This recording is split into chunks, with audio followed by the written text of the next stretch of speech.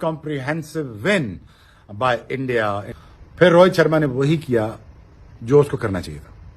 क्या इंटेंट के साथ खेला रोहित शर्मा, क्या उसने मारा है। मेरा दिल कर रहा था कि 150 करता आज रोहित शर्मा, क्योंकि कप्तानों की नीयत ऐसी होती है, कप्तान ऐसी होते हैं, सेल्फलेस होकर खेलते हैं, टीम के लिए खेलते हैं, मुल्क के लिए खेलते हैं, जीतना जानते हैं, करना चाहते हैं।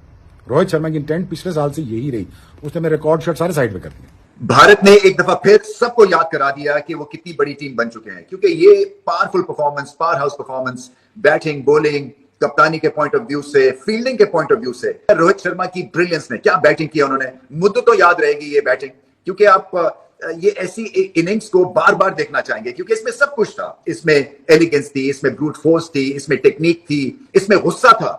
मगर अगर रिलैक्स भी भारत खेलते तो इतना फर्क नहीं शायद पड़ना था। मगर क्यों रिलैक्स खेलते, क्योंकि फॉर्म अच्छी लेके और टीम टू बीट है। देखें कंडीशन सूट कर रही है, टॉप ऑर्डर फॉर्म में है, मिडिल ऑर्डर लाजवाब है, स्पिनर्स भी हैं, पेसर्स भी हैं, हर बॉक्स टिक किया भारत ने, और ये बहुत बड़ी फतह और जानदार फतह है। एज अ बैट्समैन, मैं एज अ पर्सन तो दोस्ती हलो हाय तो होती रहती है बच्चे से। गुड बॉयज, सारे लड़के अच्छे हैं यार, इंडिया से भी, Pakistan good boys. But Rohit as a batsman बड़ा जब ऐसा बॉलर हम भागते हैं तो हम बैट्समैन की मूवमेंट देखते हैं, उसके जब ड्रेसिंग रूम से आता है उसकी वॉक देखते हैं कि वो प्रेशर में है, ज्यादा तेजी से तो नहीं आ रहा। कई बैट्समैन प्रेशर में उनकी बॉडी लैंग्वेज डिफरेंट हो जाती है, but Rohit is cool and काम। जब बैटिंग भी करने आता है वो इजी, कोई जल्दी नहीं होती, लगता नहीं है कि कोई एफर्ट कर रहा है, एफर्टलेस शॉटें मारता है, अच्छी गेंद को भी छक्का मार देता है। सो ये उसकी क्वालिटी है। That's why when you call an all round batsman, Rohit Sharma पे वो बिल्कुल फिट होता है। लेकिन आज पूरे मैच पे अगर डिस्कस की जाए तो मेरे ख्याल से रोहित शर्मा की जाए, जैसे उसने बैटिंग की है, कमाल की बैटिंग की है। सबको मेरे ख्याल से बता दिया कि विराट कोहली या रोहित शर्मा को ना लेके आते तो ऐसी बैटिंग नहीं नजर आनी थी। ऐसा इंटेंट, ऐसी अप्रोच, एक अलग ही बैट्समैन लग रहा था। आप देखें कि जो उसने सामने छक्के मारे हैं और एक्स्ट्रा कवर मारे हैं, और ऑनेस्टली बताऊं कि मजा आया बैटिंग देखने का, लव टू वॉच। और वर्ल्ड क्लास प्लेयर ऐसे नहीं बनते और इम्पैक्ट दिखाते हैं अपना, और इम्पैक्ट परफॉर्मेंस दिखाई है और मैच विनर है। और मेरा तो फेवरेट इसलिए है कि इसके बगैर इंडियन टीम बन नहीं सकती। इंटरनेशनल क्रिकेट में कैसे फोकस था, जुनून था, हंगर है परफॉर्मेंस करने की, अपनी फॉर्म वापस लाने की। रोहित शर्मा पहले मैच में नहीं रन किए थे, but it's very important for him, for team India. He is the captain of the team. अगर कैप्टन अच्छे रन करेगा, अच्छा मोमेंटम बनेगा, अच्छा कॉन्फिडेंट फील करेगा, फील्ड में भी अच्छे डिसीजन लेगा। और हमें पता है कि हाउ डेंजरस ही इज। कल भी आपको जो लिस्ट मैंने बताई थी, पाकिस्तान और न्यूजीलैंड वाला मैच चल रहा था, ऊपर स्क्रीन पे वो दिखा रहे थे बार बार कि ज्यादा दुनिया में ऐसे ओपनर है नहीं कि जिनकी 45 प्लस एवरेज है और 90 प्लस स्ट्राइक रेट है ओपनर्स की। अगर लिमिट लगा दें आप 3000 रन की, तो रोहित शर्मा के तो ऑलमोस्ट 9000 रन है एज ओपनर, और 55 की एवरेज है, 55 की average. He was the right eight top of the list. Actually वो फखर जमान की बात कर रहे थे कि फखर जमान भी उन क्रिकेटर्स में से है कि जिसका 90 प्लस का स्ट्राइक रेट है और 45 प्लस की एवरेज है एज अ ओपनर। तो Rohit Sharma was right at the top of the list with the 55 average, almost 9000 run, और स्ट्राइक रेट भी ऑब्वियसली 90 से ऊपर का। डेविड वार्नर था, रोहित शर्मा था, और खैर फखर जमान भी था। तो it shows that how good he has been throughout the years, throughout his career. जब से 2013 के बाद ओपनिंग शुरू की है, और मेरे ख्याल 28-29 तो 100 हैं, करियर के 31 हैं इसके, तो 28-29 एज अ ओपनर, ये तो बहुत मतलब शानदार किस्म का रिकॉर्ड है, लेजेंडरी रिकॉर्ड है। लेकिन बात यह है कि आजकल की बात हो रही है कि आजकल कैसी परफॉर्मेंस होगी, तो उसमें जरा थोड़े से कहीं ना कहीं कंसर्न है, क्योंकि रेड बॉल क्रिकेट में तो बहुत बुरी फॉर्म लगी हुई है। अब व्हाइट बॉल आया है तो उसमें भी क्वेश्चंस तो उठ रहे हैं, क्योंकि एक पिछली बारी में नहीं कर सका पिछले मैच में। तो अनदर डे, अनदर अपॉर्चुनिटी।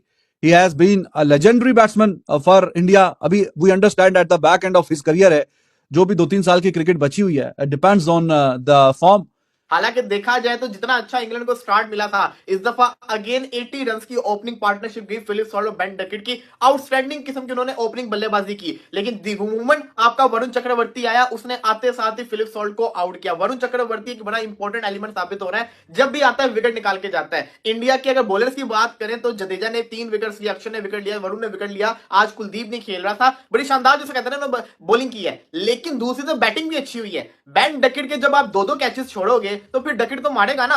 आज अगर देखा जाए तो बड़ी शानदार किस्म की फील्डिंग इंडिया की तरफ से देखने को मिली, लेकिन उतने ही ज्यादा इन्होंने कैचेस भी छोड़े हैं। इंडिया ने काफी कैचेस छोड़े हैं। अगर इन्होंने बेन डकेट का कैच, पहला कैच पकड़ा होता तो शायद इतना अच्छा ओपनिंग स्टैंड ना मिलता और इतने ज्यादा रन्स ना होते। फिर दोबारा से श्रेयस अय्यर ने उसका कैच छोड़ा, उसके बाद अभी एंड के ऊपर भी आपने देखा होगा लिविंगस्टन का एक कैच छूटा, लेकिन वो डजंट मैटर। बट देखा जाए तो शुभमन गिल ने जो कैच पकड़ा पिछले मैच के अंदर, एक जायसवाल का कैच, इस मैच के अंदर हैरी ब्रूक का जो शुभमन गिल ने कैच पकड़ा था ना, वो बहुत औसम कैच था, वो बहुत औसम कैच था। लेकिन फिर भी इंडिया ने आज फील्डिंग उस लेवल की नहीं की जो कि इंडिया फील्डिंग करता था। 300 प्लस स्कोर आ गया। लिविंगस्टन ने रन्स तो किए लेकिन एंड के ऊपर वो रन्स नहीं कर पाए। मैं आपको बता रहा हूं अभी इंग्लैंड जो होगा ना वो अनहैप्पी होगा। इंग्लैंड ने लास्ट के 10 ओवर के अंदर स्कोर नहीं किया, ये तो आखिरी 4 ओवर के अंदर उन्होंने स्कोर कर दिया। वरना अगर ये आखिरी 10 ओवर की मैं बात बताऊं तो मुझे तो 330 340 होता नजर आ रहा था। तो यहां पे देखो, यहां पे इंडिया को फायदा है, क्योंकि इंडिया को एक सिचुएशन में ऐसा भी लग रहा था कि जब बटलर और रूट खेल रहे थे ऐसी फीलिंग आ रही थी कि जो स्कोर है ना ये चला जाएगा 330 340 तक। तो वो जो इंडिया ने 25-30 रन बचाए हैं वो इंडिया को क्रेडिट जाता है, लेकिन इंग्लैंड की बैटिंग बुरी नहीं थी। विराट कोहली वापस आ चुके हैं। जो पहले ओडीआई के अंदर एक झटका मिला था ना सबको श्रेयस अय्यर की पोस्ट मैच कन्वर्सेशन सुन के कि मैं तो रिप्लेसमेंट हूँ विराट कोहली की, मैं तो 11 में जगह ही नहीं बना पा रहा था, तो काफी आउटसाइड नॉइज शुरू हो गई थी। और मुझे लगता है वो आउटसाइड नॉइज जो है वो गौतम गंभीर के कानों तक भी पहुंच गई और finally the better sense has prevailed. मैं ये नहीं कह रहा कि यशस्वी जायसवाल को ओडीआई नहीं खेलना चाहिए, हालांकि जब चैंपियंस ट्रॉफी की टीम की और ये इंग्लैंड की टीम की आज से महीने भर पहले चमकोइयां स्टार्ट हो गई थी, तो मैं उस वक्त भी कहता था कि यार Jaiswal is someone I really like on my personal terms, और मैं चाहता हूं और मैं फ्यूचर भी देखता हूं कि Rohit and Jaiswal coming as an openers. लेकिन जाहिर सी बात है जहां चैंपियंस ट्रॉफी का मुकाबला आपका आ चुका है, आप यहाँ कंसिस्टेंसी को पहले प्रेफर करना चाह रहे हैं, एक्सपेरिमेंटेशन ज्यादा नहीं करनी चाहिए, जबकि कुछ बिगड़ा नहीं है ना। या तो आपके पास कुछ बिगाड़ हो तो आप एक्सपेरिमेंट की तरफ चले जाए, जैसे आप पाकिस्तान को देख रहे हैं, एक कंटेम्प्रेरी सा पाकिस्तान ने